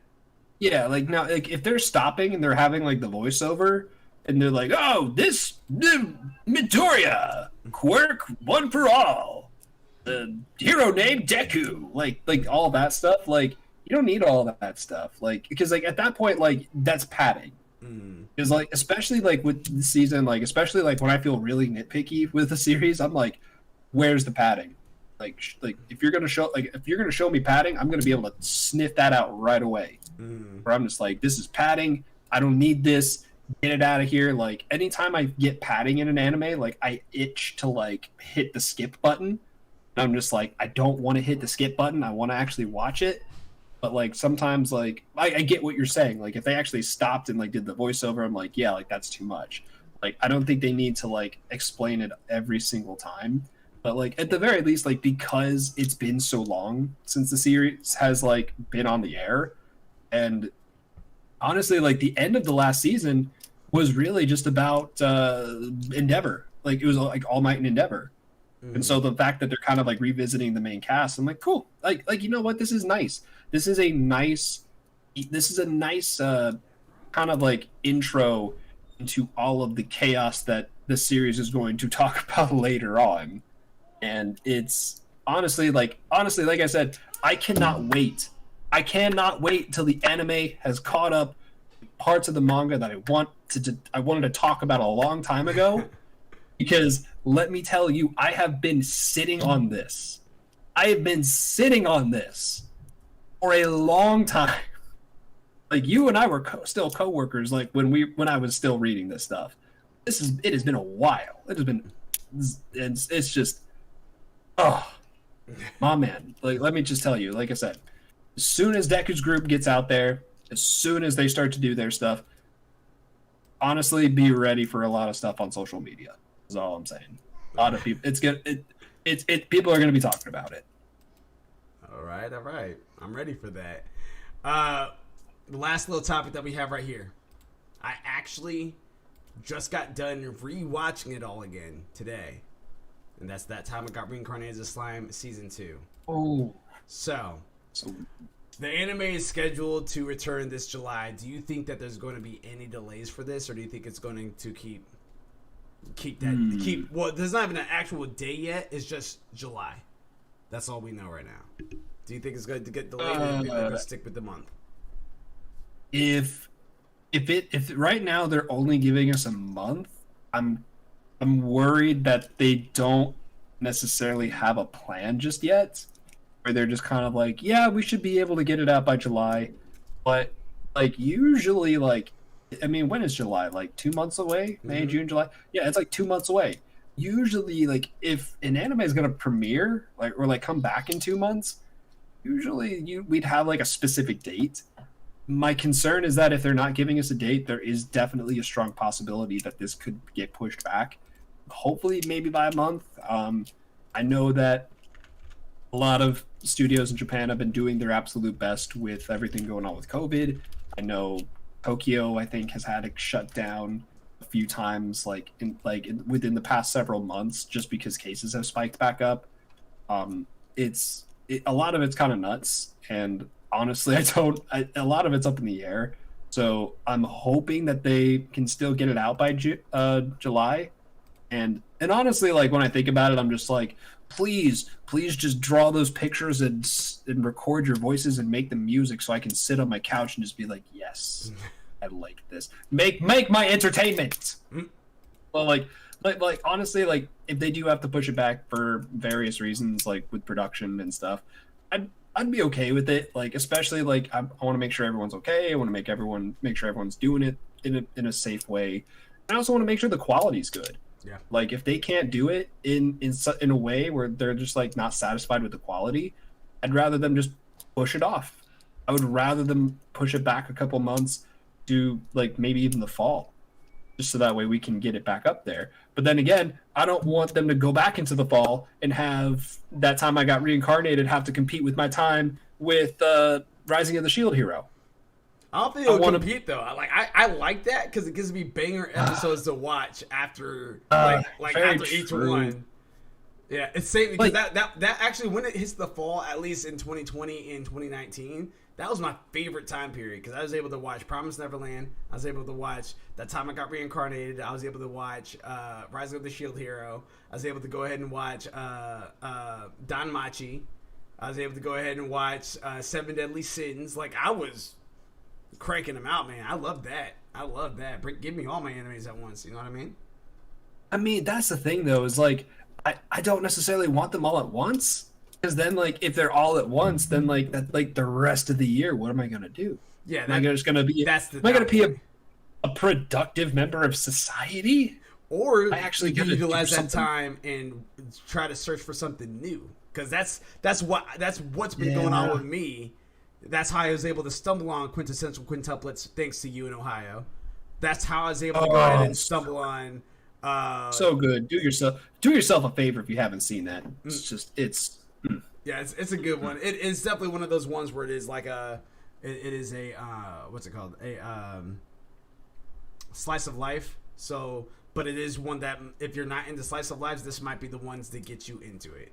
So, like, yeah. So I mean, so there's pros and cons because of you having all the banger episodes of animes at one time. Because again, then the con is like, well, what else do you have to watch? But then the pro is that you can now. There's no excuse. like if you like anime, want to try to get into it and everything like that.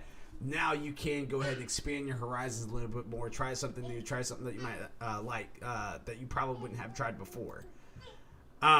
Yeah. I do have a two-parter question for you. I have it as 2 and 4, but I'm just going to combine it into one. And I'm not sure exactly how much you remember this, but Veldora has returned at the end of season 2 for That Time I Got Reincarnated. But he looks different. He doesn't look like the same dragon that you see. You actually see him as a buff, blonde dude that still has the same voice and everything like that. Mind you, I actually was watching the dub version. That's actually what got me into rewatching That Time I Got Reincarnated as a Slime. It's because all of season 2, I only watched it in the sub because it was out on Crunchyroll. I went back to Funimation and I watched it in dub just to see if there's any differences there. Kind of refresh myself, especially that we're kind of getting closer to here. Oh, Ohio. You're right. That's me. That's me. What up, little tofu? What up, little tofu 92? What's up, Tofu 92? Yeah, nothing too. All right, so Ohio. I apologize in advance. Yeah, we're talking about Rise of the Shield Hero. I'm not Rise of the Shield Hero. That time I got reincarnated as slime. Yes, that does end with the banger reveal, but it's not really as spoiler as you would think, to be honest with you. Like it is. I mean, because you kind of know that that's you kind of know that that's happening. Much. Yeah. Well, you see him, but he doesn't look the same. And I'll leave it at. Well, I did already tell you. I mean, the series kind of just left it at that. It was just like, bah, I'm back, and it just that was it. Yeah, that's how it was. So spoilers for here at the very end. He wasn't dead the whole time anyway. Yeah, he wasn't dead. He was. I mean, that was the thing. They're working on bringing him back, and that was the whole premise of it. You just kind of forgot about him because you only see him a couple times in the first season, literally like 2 times, and then after that you don't see him anymore. So for them to be like, "Hey, Veldora's about to come back," it's just like, "Oh snap! I forgot about this dude." But there's that, but then again, spoilers. So if you have to mute it. But there's also Diablo. So what are your thoughts about Veldora's new look? What do you think about Diablo being up in here? Hey. You want to say hi? So, all in all, like, I think it's just that time I got reincarnated, just stacking more crazy stuff on top of itself like it usually does. Mm-hmm. Like, hey, what's going on, Kai? What's going on, man? What up? But yeah, it's just I think it's just them just stacking more crazy stuff on top of each other, and I think if anything, does a really good job of making you want to see more of the season. Mm-hmm. You know, kind of like leaving you just a little bit of a teaser to see what's going to come up following that. Yeah. Like Diablo, as much as I really am kind of like. I actually really like his character. Part of me is kind of like iffy, like hesitant about his character because I'm also like feeling that he might get kind of reduced to kind of just a random throwaway side character. Do you think so? I think so. I think he might, because like to an extent, and like because like you have those characters who have been kind of like who were main characters and they still are main characters and they're still very important characters. But they're kind of like just support characters for Rimuru, and I'm worried that Diablo might just be like, oh yeah, Diablo's here, he's helping us, like, and I'm hoping that's not the case. Like I'm hoping like if they have like if Rimuru has to like keep starting some stuff and he starts like making more of a ruckus and more wars and stuff. It's just going to be like, cool, like we're in the battle room, everyone's battling, and then Diablo's there too. He wasn't in the meeting room, he just showed up. And I'm just like, I want to see more of his character, because at the very least, like he's like one of the highest ranking demons, if not the highest ranking demon, if I'm not mistaken. Mm-hmm. Like he's really up there. Yeah, like the fact that he's demon. Yeah, like the fact that he was summoned in general is already like, holy shit, like he summoned him. Mm-hmm. And he actually is like, yeah, like I want to serve Rimuru, like I don't want to go back. And that's the thing, like, is that he said that he has to get close with the Rimuru. So that's why I'm thinking. I'm hoping he doesn't betray Rimuru, because I absolutely like Diablo's character right now. I like him a lot, Ooh. He is so dope. Is he a spy for that other demon lord? I don't think they keep so. Talking about? I don't think so. You don't think so? I don't think that they have any relation, but I do think that Diablo has a different agenda, and I say that simply because of I think it was episode 25.2 or something like that, where you're seeing Shizu, and she's like fighting off in like a dungeon and everything. Like it was against other like demons and stuff, and she ended up summoning Diablo, and Diablo like it was either her or there's another episode I'm thinking of, but anyway, pretty much Diablo was summoned, and he killed all the demons that were around there, and then she's thinking that he's going to kill her too, and he's just like, nope, just do me a favor, don't say that I was don't say I was here, like don't tell anyone I was ever here, like just keep me quiet, act like you never seen me before. So that was it, and again that was in like one of those transitional episodes that you could skip, but it kind of added a little bit more extra lore into it, and because there's 2 times where you see Diablo. There's that time where I think the blonde girl had, the blonde, what was her name? Oh crap, I can't remember her name, but she's a teacher that was inside the filler with the students. But there was her, and I think she summoned them first or second. She summoned Diablo second, and then the first person to actually summon Diablo was Shizu.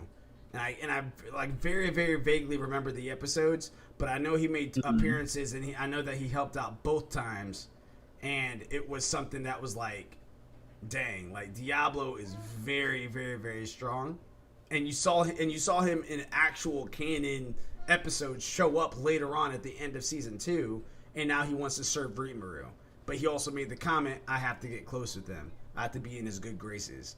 There's something there. There's something there. So, not exactly sure what it is. I hope he does not betray Rimuru, because again, I absolutely love Diablo, which is so weird to say because it's a demon like name and everything like that. But I mean, we like freaking Meliodas, you know what I mean? But it's just like I like Diablo a lot, and I really hope he does not betray Rimuru. I hope he becomes part of the actual fam. So ultimately, I'm really curious to see where the story is gonna go anyway. Because like this is actually like the first time I've actually thought about a potential ending to that series. But I'm like, what's the end game for the series? Like, is it gonna be like what is the end game? Like, what is Rimuru gonna do? Like, what's the world gonna look like? Because I sometimes like to work my way backwards sometimes, but it's definitely interesting, and I'm definitely really excited, especially now that Veldora's back. He's like, we're gonna see more of that, because I think I can't remember who it was, but there was another character that was in the second season that was like, like how could we like make sure like we keep peace in this area, and they're like, well, if Veldora was there, like, then everyone would just shut up and get along. Yeah. And so now I'm wondering, is Veldora's presence like going to like have everyone shut up and get along? 100%. Or for the time being, I think he will. Is he even gonna be like following Rimuru? I think he will. Because the other thing that's kind of interesting is that Rimuru got his name from Veldora. Where you can look at all the other monsters and you can say that like all of them are kind of like branched off of Rimuru. Rimuru is kind of branched off of Veldora, since Veldora gave him the name Tempest. But Rimuru also named Veldora. Oh, that's right. They named each other. Yeah. Oh, that's so cute. Yeah, that's adorable. They both named each other, so technically there's not. I forgot about that. Yeah, I forgot about that. And if anything, so with that being said, if anything, Rimuru probably still will be the hot seat. Like, he'll be the top rank, because Veldora would be dead right now. You know what I mean? So I think that alone is going to be enough to be like, hey, I might be stronger than you. Possibly, I'm just making something up. I might be stronger than you, or I'm free now, but I'm only free because of you. And even the way that they kind of did like the little filler episode that was just explaining all of season 1, where it literally was Ifrit and Veldora playing chess. That literally was it. Like, even the way that he was speaking about Rimuru sounded like he highly, highly respected him. So I don't think there's going to be anything that's going to switch up to where Veldora is going to like not agree to do X, Y, and Z. My biggest concern is Diablo, which I absolutely adore him right now.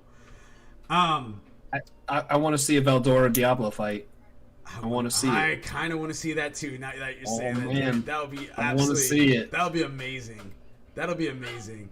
We're actually going to wrap it up there. I had another question on that one, but we're going to save that for another time, because we got 2 months until we're inside the month of July, where the next season or the next part of season 2 will be coming out for that time I got reincarnated. So be on the lookout for that. But here's an anime. I wanted to give you guys this hidden gem before we end it out here. I actually watched this a long time ago. I watched season 1. Season 2 is actually on Hulu, and it was one that was interesting to me.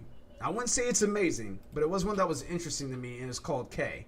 I have it listed on here as K Project because if you Google it, it's listed as K Project, but the actual anime is literally called K. You guys might have seen it before on Netflix, and it might even still be on Netflix, but it has a white box with a black K. Right next to it is a black box with a white K. Yeah. Yeah, I haven't seen this. Like, I haven't seen the anime, but like I've seen just the logo for the title so much. Yeah, it's actually really good. And I'm just, ooh, okay. Yeah, it's actually really good. Tell me more. Now, there's definitely some stuff that can be a little bit better explained, because let me start off by saying, before I read this, the plot of it, the kings are dope. They are strong. Every single king in this anime is strong, and there's like the red king, the blue king, the green king, and stuff like it's pretty dope. And yeah, it's like I was digging the plot line and the story that it was going off of it. So on here, here's how the plot reads. Yashido Isana has lived a relatively ordinary simple life. He lives in a technologically advanced Shizume city and attends Ashinaka High School, a notable high school that is located on an island just outside the areas. Yashido is friendly with everyone. Nothing seems wrong about him except perhaps his habit of forgetting where his school-issued PDA is. However, nothing normal has been happening since the recent murder of Tatara Totsuka, prominent member of the infamous Homura. No one knows who exactly killed him, but the man responsible bears an uncanny identical appearance to Yashido. Seeking vengeance, the Red Clansmen from Homura set out to get Yashido and kill him. Everyone suspects that Yashido is the murderer. So what it is that this main character, he's a skinny white dude with white hair. He's just very nice and everything like that. Goes to the school, everyone's being friendly to him, and he like kind of begs for a lot of people for their food and stuff. But like I said, like think of these clans as literally gangs. So you have the red, you have the blue, you have the green, you have the yellow, you have the purple. Like they're all different colors and stuff like that. But all the kings itself are really powerful. That's head of each one of these. And then you have a person that's that's not in any of the clans, and they call him the Black Dog. But he's really strong. He's not as strong as a king, but he's definitely strong, and he can like hold his own and everything like that. He goes solo.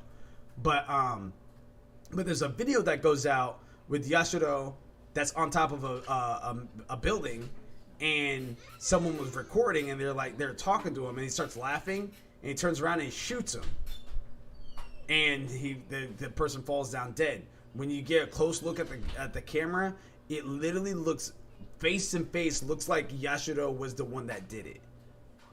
But he does not remember doing this at all. So everyone's out to kill him, and he's like, "Hey, I didn't do it." And so yeah, it kind of goes off of that. And then there's also something called the Colorless King, which you will find that out a little bit later. It's the anime is actually pretty cool.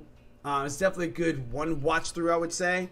But someone like me, I would probably watch it multiple times. Maybe not in a row, but I'll probably watch it multiple times. But there is a season 2 that I didn't know about that is out there on Hulu. So I have to go get fully caught up, so that way I can get caught up on K. So, but all right. Yeah, the way it's listed though on Google is K Project, but on all the other programs, Funimation, on Hulu, on Netflix, it's literally a white box with a black K facing backwards, and then a black box right next to it with a white K facing the normal way. They're both capitalized. I'm assuming the K stands for King. I would feel that that's safe to say. Yeah. It almost sounds like a super powered version of Durarara. Did you ever watch that? I didn't. Do yourself a favor. Like that one is actually really good. Like that one is definitely a more serious series, but it has like very similar things. Like you have like color gangs, you have like they have like the dollars, like the dollar signs or whatever. Like those, they're their own gang. They're like this like invisible gang that nobody's ever seen. That one's really neat too. But definitely, but like honestly, like K Project, honestly, right now is kind of like sounding a little bit more interesting. Yeah, dude, it's pretty cool. It's pretty. I definitely did enjoy the K Project when I watched all the way through. My biggest complaint that I would have is that, again, for me, it took me forever and a day. Like, it took them forever and a day just to show what the Red King can do. And that was what I was really, really, really interested in. The Blue King is dope. And even for him, I wish there was more involvement for him, but they just took a very, very, very long time to show what the Red King can do. And it's just like, I don't want to spoil it, especially if you decide to go and watch it. But there's something that he does late, and it's just like, wow, these kings are really strong. Like that's the vibe it gives you. So, hey man, need another battle series. There you go. All right, guys. Well, that actually does it for our all-day anime episode 17. So thank you very much again, guys, for just tuning in. Make sure, again, that you guys are checking us out on YouTube, Twitch, Twitter, Instagram, Facebook, pretty much any podcast services around the miniature globe, as KFGD would say. But on here, if you guys just type in ALWT Gaming, you guys can pretty much find us out on anything. If you have troubles finding us out on YouTube, make sure you guys are typing in At Least We Tried Gaming, and we should pop up that way. You guys can also visit our website at www.alwtgaming.com, and make sure, of course, we have ambassadorships with Raise Energy, so make sure you guys go to Rep Sports, reppsports.com, type in ALWT Gaming at checkout, and get 15% off your Raise Energy, your workout powders, your water supplements, and more. So save yourself some money. Again, schedule for next week looking like Monday, if Mildew Akira is feeling better, is going to be the Sin segment with him and his bro TBF Abyss. I think they're still doing Halo. I know that they took a few weeks off concerning that. Tuesday is going to be All Things Gaming, 6 p.m. Eastern Standard Time until 7:30 p.m. Eastern Standard Time. Thursday is going to be Smite Night starting at 8 p.m. Eastern Standard Time, and then it's going to be Saturday, which is going to be your 9 to 5 segment for Blade and Soul, followed by later on in the evening is going to be another all-day anime at 9:30 p.m. Eastern Standard Time. So busy week. Yeah, that's pretty much all we got here. Do you have anything, last words that you want to throw out there, Gravity? You know me, man. Peace, love, and anime. Just treat each other well. Be nice to each other. Don't crap on each other's likes for arts. Like, just respectfully disagree and just go from there. Nice to each other. There you go. And that's pretty much it. Thank you guys again for tuning in. Until next time, everybody. Control, Alt, Delete. Peace.